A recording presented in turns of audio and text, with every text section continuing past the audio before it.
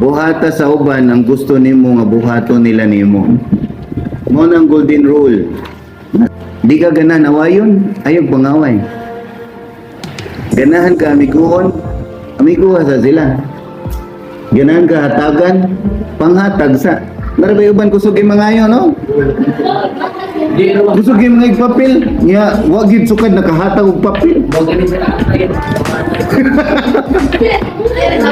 Pagpalit nimo og papel, pagsugod klase, baga mo papel.